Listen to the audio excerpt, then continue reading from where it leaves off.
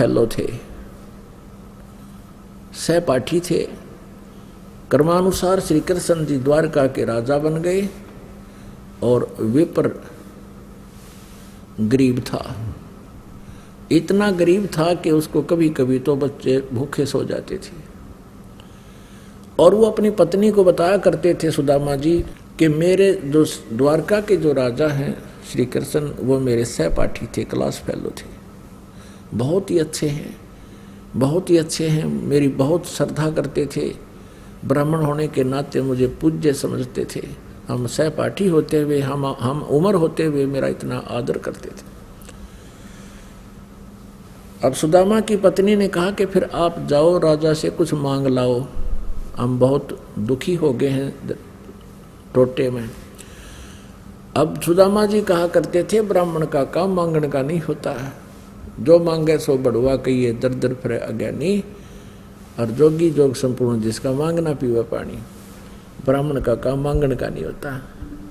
हम अपनी कथा कहानी कह करके वैसे थोड़ी बहुत दक्षिणा ले सकते हैं, मांगेंगे नहीं, कोई अपनी स्वेच्छा से दे तो सुदामा जी भ्रमित नहीं किया करते थे जनता को, सत्य कथा जितना उनको ज्ञान था उतना ही बताते थे।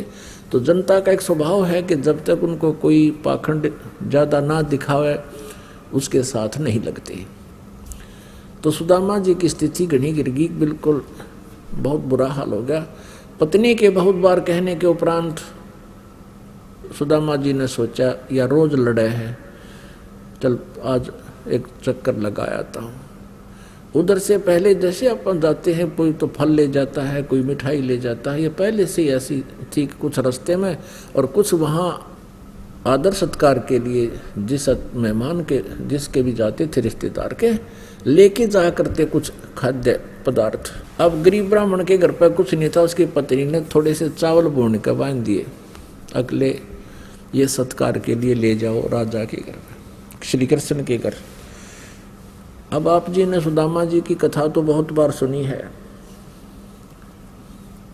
अब देखो श्री कृष्ण जी सतोगुण प्रभु हैं, विष्णु जी अवतार हैं, और श्री विष्णु जी के छाती में लात मार दी थी एक भृगु नाम के ऋषि ने, तो भी उन पर क्रोध नहीं कराया था, इतने नेक आत्मा के हैं। अब सुदामा जी के फटे पुराने कपड़े द्वार पे जाके खड़ा हो गया, महल के राज दरबार के द्वार पे। उनको कहा कि जाओ भाई कहो श्री कृष्ण जी के आपका मित्र सुदामा आया है। श्री कृष्ण जी को पता चला, तभी नंगे पैरों भागा आया, अपने सहपाठी को लेकर साथ गया अंदर महल में। अब पुण्यात्माओं, श्री कृष्ण जी ने पूछा कि और मित्र सुना, बच्चे परिवार कैसा है?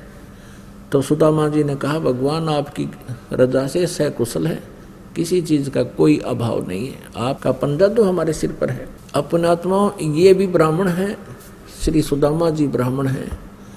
उनका मुंह नहीं फटा कि तू कुछ पैसे दे दे, कुछ धन दे दे मेरे को। कहा कि आपकी दया से ठीक है, सब मौज हो रही है, कोई अभाव नहीं किसी वस्तु का।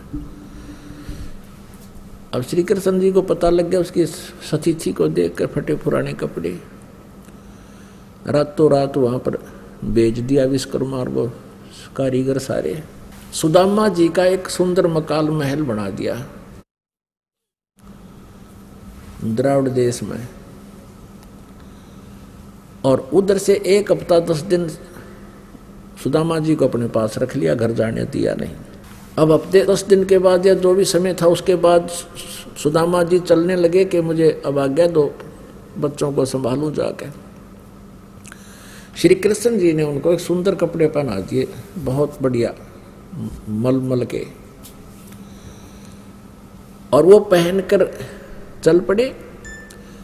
अब देखो वो क्या सोच रहे हैं सुदामा जी रास्ते में कि भाई देखे मित्र, मेरे से न्यों पूछा है, मेरे से न्यों पूछा है, और तो कुशल है, क्या उसकी आंख फूट गई थी मेरी कि सतीथी थी?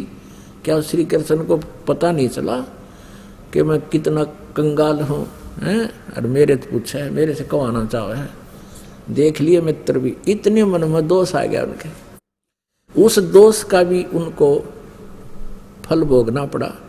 भीलों ने सोचा, जंगली लोगों ने सोचा कि कोई सेठ आ रहा है, इतने गजब के कीमती कपड़े पहन रहा और अवश्य पैसे पाओगे। उन्होंने देखी उसकी जेब टटोली, कुछ भी कोरा, वो कपड़े काट दिए सारे, वो धोती भी खोल ली, वो कपड़ा भी उतार दिया, वो नकी मतलब था नंगा हो गया कति। अब उसको इतना आभास हो गया कि भगवान के बारे में मैंने गलत बोल दिया, सजा मुझे इसलिए मिली है। अब घर जाकर देखा उसका तो सारा कुछ माहौल बदल रहा था। इस कारण से श्री कृष्ण जी को भगवान मान लिया कि उसने, भगवान श्री कृष्ण जी ने सुदामा का महल बना दिया।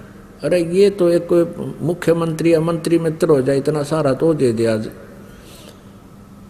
और ना कल्याण श्री कृष्ण जी का ना सुदामा जी का, जो असली उद्देश्य है मनुष्य जीवन का, वो तो न्यू का न्यू रहेगा दोनों का। अब सुनाते हैं आपको उस परम पिता परमात्मा